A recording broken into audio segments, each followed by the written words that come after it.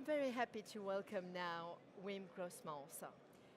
Wim is head of international payment at BNP Paribas Cash Management. So Wim, we're going to talk about the GPI initiative. Can you come back to the objectives that you had with that GPI? Well, I would say GPI is a long-standing commitment of SWIFT together with the banking sector to come to a better corporate experience on B2B payments. That is the initiative.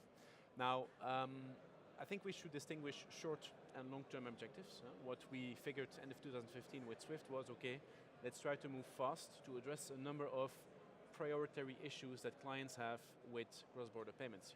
Some of them being untransparency on charges, levied on payments, delays, unexpected returns of funds, truncated references on payments. So we want to address quick these kind of issues, at the same time also looking forward in the coming years to go to, in the end game of any payment, which is an instant payment. But I would say, if we go back a bit to a realistic scope, I think we have to start first with a first stage of short-term solution, and then a longer-term solution, which will go to the end game of going to instant payments. If we go further, sorry, what benefits corporations will really get out of it? Well, this year corporates will see when they make payments to banks that are enabled on SWIFT GPI that, first of all, there will be a faster throughput time. Payments will go faster as within SWIFT GPI, banks promise to each other that they will settle the payments more quickly. We'll also be able to provide more transparency on the fees that are being levied by intermediary banks without changing, per se, the way that these payments work, which is still following the sequential way of doing cross-border payments to correspondent banks. I would say last but not least, we'll also be able to track and trace on an end-to-end basis cross-border payments as they move through the entire chain, because we'll all be feeding kind of a central cloud service that will be able to report to any participant in the payment chain from end to end where the payment is located and what was the last status of the payment. As a bank, as BNP Paribas, why do you support such an initiative? Well, this is a win-win with the corporate sector. I mean, first of all, we think corporates really deserve a better experience on cross-border payments. When you look at the statistics of payments failed due to all the different points of failure you may have in the payment chain, it's relatively high as compared to other payments products, whereas these are very often quite sensitive and high-value payments.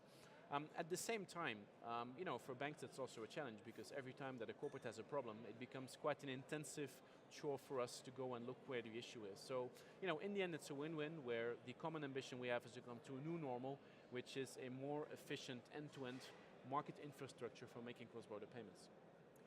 Did it really start in January? Well, the infrastructure is live, so SWIFT does now support being able to send SWIFT MT103 messages that are enabled on GPI, which in the end means that they contain some additional data. There will be some further deliveries as well on the side of SWIFT in terms of the track and trace service and so on in the coming months. Now, what is important is that to make GPI work, to make corporates sort of benefit from the full service that GPI enables, you need critical mass of banks to be live with all of their branches, correspondent banks to be live, being able to receive and send out payments as GPI, market infrastructures to be live, to be able to pass on the value of GPI, which is quite a chore and requires quite some coordination. So also we at BNP throughout 2017 will be enabling GPI on a number of branches, and we'll have some to do in 2018. And also in the markets, we see that especially on euro and dollar, which will be the two currencies where we will see end-to-end payments on GPI quite soon. Why? Because the underlying market infrastructures for the clearing and settlement, so that means Target EBA in Europe, that means CHIPS Fedwire in the States, will also be able to fully transport GPI throughout this year. So this is where we will really see the added value, only I would say in the second half of the year. But meanwhile, we do see bilateral corridors of banks who have bilateral relationships already sending and receiving messages on a GPI basis. If we look further, what is it going to be in the future? Well, as I said, it's in continuum. So we focused on sort of managing a number of priority issues first. At the same time, SWIFT is organizing vision groups together with banks and corporates to better understand how do we get to the end game. So how do we get to this, in the end, the ultimate experience is the instant payment experience. So, there was already a second phase that is defined, where we're thinking about enabling a number of value-added services. One of them, which you can imagine quite easily, is being able to automatically stop, cancel a payment that is under execution. Being able to provide even richer payments information, which we today cannot do due to the fact we have a limitation on number of characters we can transmit. These are kinds of examples of value-added services that can be supplied on top of GPI on short to mid-term.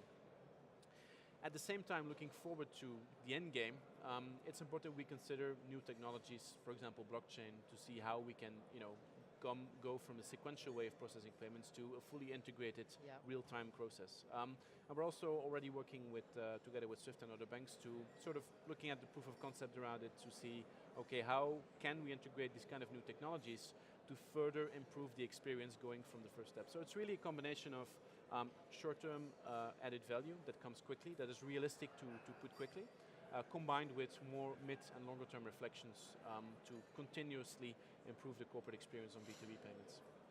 Great, thank you very much, Wim.